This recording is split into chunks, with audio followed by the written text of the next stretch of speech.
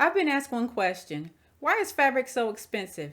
This is a very complex question, but before I get into talking about it, please do subscribe and tap that notification bell to receive updates.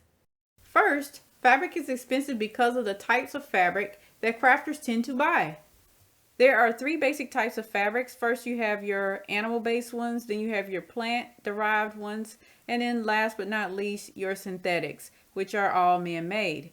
It's important to understand the process behind each one of these different types of fabrics because that all plays a role in the end cost. So I'm just going to go over a little bit what contributes to the cost of each one of those fabrics. Animals require food, water, and land to graze upon. They also have to be cared for much like humans because they get sick and they have ailments too. And they each have their own little personalities. And we also have to think about the shepherd who takes care of these sheep because the shepherd has to shear the sheep and get that wool ready to go off to be processed and made into fabric. And this all is an incredibly expensive process. Plant-based fabrics like cotton also require a labor-intensive process that is quite expensive because you cannot simply place a cotton seed in the ground and just watch it grow. Any of you who are familiar with gardening or farming know that when you plant a seed in the ground, you then have to water that seed. And cotton farming requires a lot of water. And then two, you also have to feed the plant because plants also eat. So you have to either buy fertilizer or you have to find some other natural way to obtain fertilizer for the plants. And that can be quite expensive. And last but not least, you have to worry about rodents and bugs eating your crops. So then you have to either purchase a pesticide or use some other natural type of pesticide in order to prevent animals and bugs from tearing up your crops. So all of this is quite expensive, which makes cotton one of the most expensive materials to produce, aside from linen, of course. Now let's work our way up to talking about synthetic fabrics. Synthetic fabrics are made using a very complicated chemical process. During this process, fibers are extracted using a spinneret, which is a system that takes polymers to form fibers. This is a very cheap method for mass producing a lot of fabric. So it is way cheaper than making fabrics using either plant or animal derived fibers.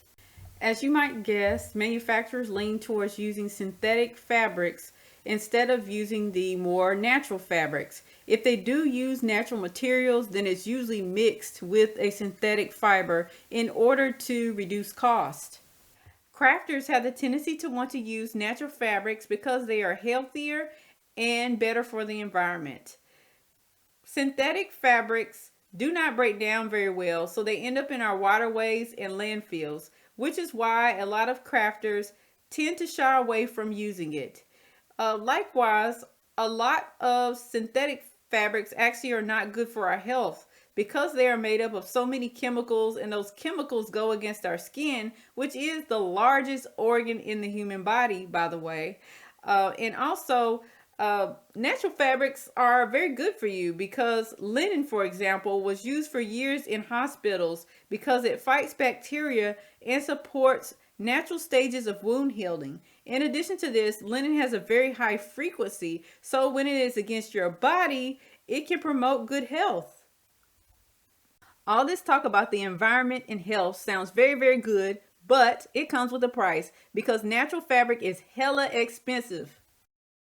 It's not just the type of fabric that we purchase that influences the cost of it, but it's also the quality of that fabric. So a lot of ready-made garments are made with fabrics that are super thin, and thinly woven fabrics don't last long. They only last for a few washes before it's time to chuck them to the side and get something else. Whereas the crafter has a tendency to purchase fabrics that are thicker and weightier. And the reason for that is because as a crafter, You want a fabric that is going to last you for a long time because you're going to be putting a lot of hours into making your garment or making your quilt, and you don't want it to disintegrate after a few washes. So you're going to buy a better quality material. So that is a secondary reason why our fabric costs more than it does to just go to the store and buy whatever we want. So now we have arrived at the third reason why our fabric is so darn expensive. Our fabric is expensive because we are buying in small quantities, whereas the large companies out here buy all of their fabric in bulk. And anybody who has gone to a Costco or a Sam's Club will know that sometimes you can receive a huge discount by simply buying more of a single item than just buying one. We crafters just can't seem to catch a break because there's yet another reason why our fabric is so darn expensive, and that has to do with our buying process. So you have the manufacturer, the wholesaler, the retailer, and then there's us. I might be leaving somebody out like a sourcing agent, but you get the idea. Each time the fabric changes hands, there is an additional cost incurred. And once it gets to the hands of the retailer, it is all downhill from there, because the retailer has to mark the product up 50% or more in order to turn a profit. They are in a lot of deep water right now because there's a lot of retail theft, and the rents for retail spaces are continually rising in price, so that cost is passed on to us as the consumer. I think it's safe to say that a lot of people who sew quilt, and quilters use a lot of cotton. I mention this because the U.S. has placed sanctions on China, and China produces 20% of the world's cotton. And because of these sanctions, the prices of cotton have skyrocketed. I have a little short clip here to show you of this situation. China's northwestern Xinjiang province produces some 85% of the country's cotton, a major source of export. However, several Xinjiang products like cotton and tomatoes are banned in the US due to concerns of forced labor. The ban is being extended to all goods from the province, US Congress members hailing the law as historic. These sanctions are really a major thing, so it really surprises me that hardly anybody from the sewing community is talking about this. I'm going to fast forward a little bit, and then we'll get into what some of the stipulations are on these sanctions. Under the law, companies have to prove that imports from Xinjiang were not made using forced labor. China is accused of detaining people from the Uyghur ethnic minority group in internment camps, forcing them to work for a fraction of minimum wage. On top of having sanctions, we also have problems with the supply chain. In 2020, we saw a global lockdown that caused supply chain issues that lasted for about 2.5 years. Now we are facing even more supply chain issues as the Panama Canal dries up, and also as there are labor strikes going on.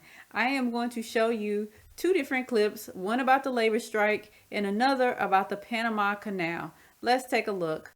This morning at West Coast ports, where everyday products arrive and are then shipped across the country, there's growing concern dock workers may not show up to work again, creating a potential supply chain slowdown. Over the last 4 days, some of the nation's busiest ports have sat idle as the International Longshore and Warehouse Union battles the Pacific Maritime Association over a new contract.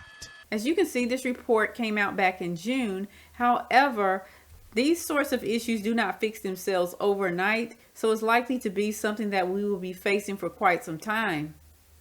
As negotiations over pay, benefits, safety, and automation have dragged on for a year, the ILWU says some of its 22,000 rank-and-file members have begun to voice their displeasure by not showing up for work at critical ports. The PMA counters the disruptive work actions effectively shut down operations at some marine terminals. The problems brewing here could eventually impact you at home. Yes, it's affecting us at home like everything else has, unfortunately. This is sort of a slow burn that could get to a boil pretty quickly. The National Retail Federation urging the president to intervene because roughly 40% of our nation's imported goods arrive here at the ports of Los Angeles and Long Beach. Our partners at CNBC report it could take weeks to clear the short backlog already created, saying many of the containers delayed now are back to school and holiday products. Because of these